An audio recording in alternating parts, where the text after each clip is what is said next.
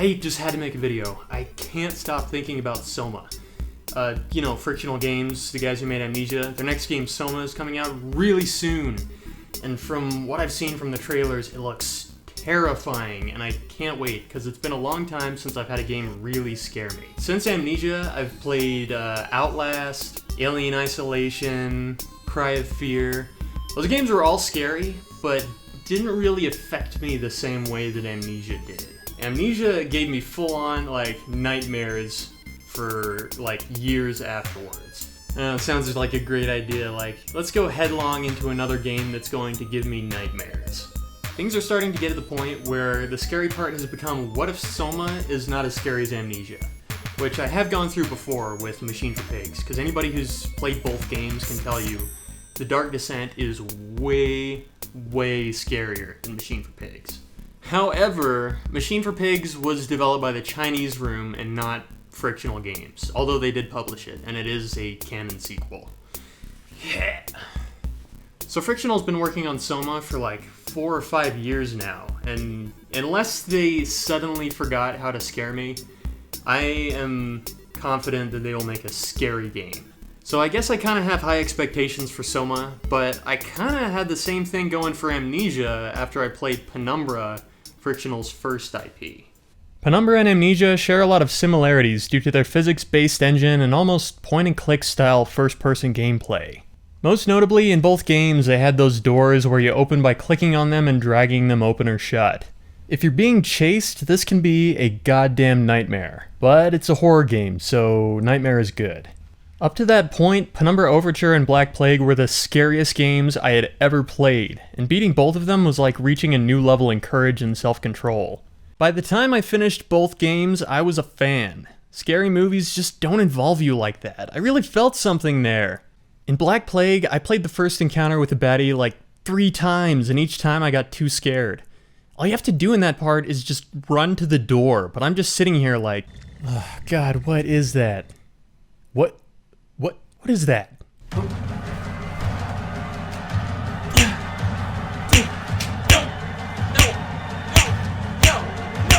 It looks like some kind of strange tube that connects to the stomach and then goes around back and...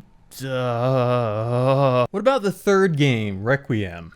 Well, that one is kind of just leftover puzzle ideas and is like doing portal test chambers with a flashlight instead of a portal gun. Shortly after I played that one, I found out about their upcoming game, Amnesia. I was already sold on Amnesia after playing Penumbra, but I played the demo anyways just because I couldn't wait. I was too excited. I just couldn't help myself. And holy Jesus, it was scary. It was scarier than anything I'd played in Penumbra. And that was up until that point, Penumbra was the scariest thing I'd ever played. And it desensitized me to other scary games. Dead Space did not scare me because Penumbra desensitized me. And Amnesia was even scarier than that. When the full game came out, I was worried that it wouldn't live up to the demo, but it did. I can think of 3 parts in the game, maybe even more, that were scarier than the water part. And it took me weeks to finish, because I would just play for 15 minutes, and then just get freaked out and scared and panicked, and then stop playing for an hour, and then come back, and then play for 15 minutes, and then the cycle continued until I finally beat it.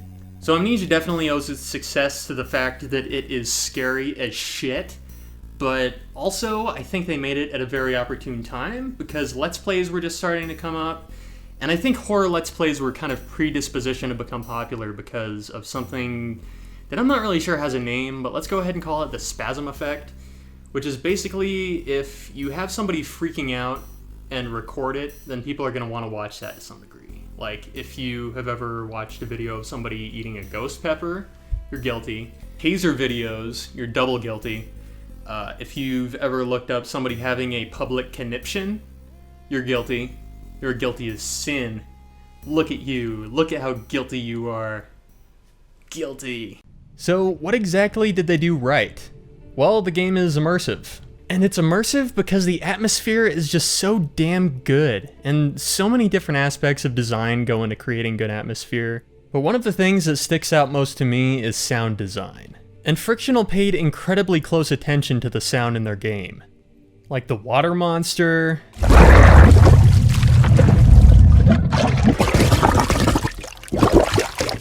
Or you know that horrible scary sound that the brute makes?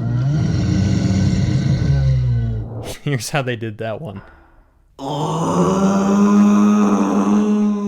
Sometimes horror is just funny.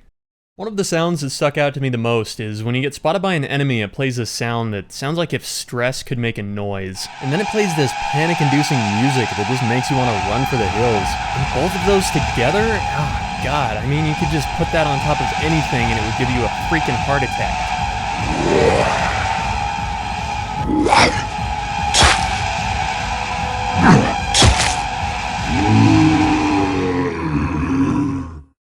Not only is the sound of music conducive to scares, things like lighting, character design, timing, pacing, and story all go into creating a certain type of mood. It's all about manipulating the player. Anything that affects your mood has to be taken into consideration.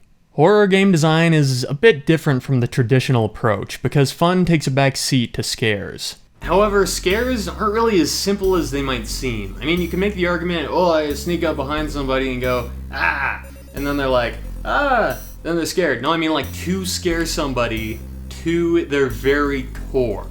You need to take consideration of things like unease, surprise, bewilderment, uncertainty, things that conjure up feelings of dread, panic, or just straight up fear. I mean, the goal becomes like, when you play a horror game, it's not you versus the game, it's you versus you. Because most horror games, the really good horror games aren't really so much hard, gameplay-wise, or even fun gameplay-wise. They are just scary, and it gives you adrenaline, and then it makes it worth it. So when you finally beat the game, it's like leveling up in courageousness, I guess. Because like when I beat Amnesia, I had nightmares for a while, but like it somehow made nightmares less scary because it felt like something that I was used to already, if that makes sense. God, where was I? So I guess what I'm getting at is, does frictional games still know how to do that stuff? And the answer is probably yes. I don't think they've forgotten since they made Amnesia. So here is to SOMA. May it be scary enough to make me want to hit the pause button at least once. There's nothing in here. This is dirty. I need to clean up after myself.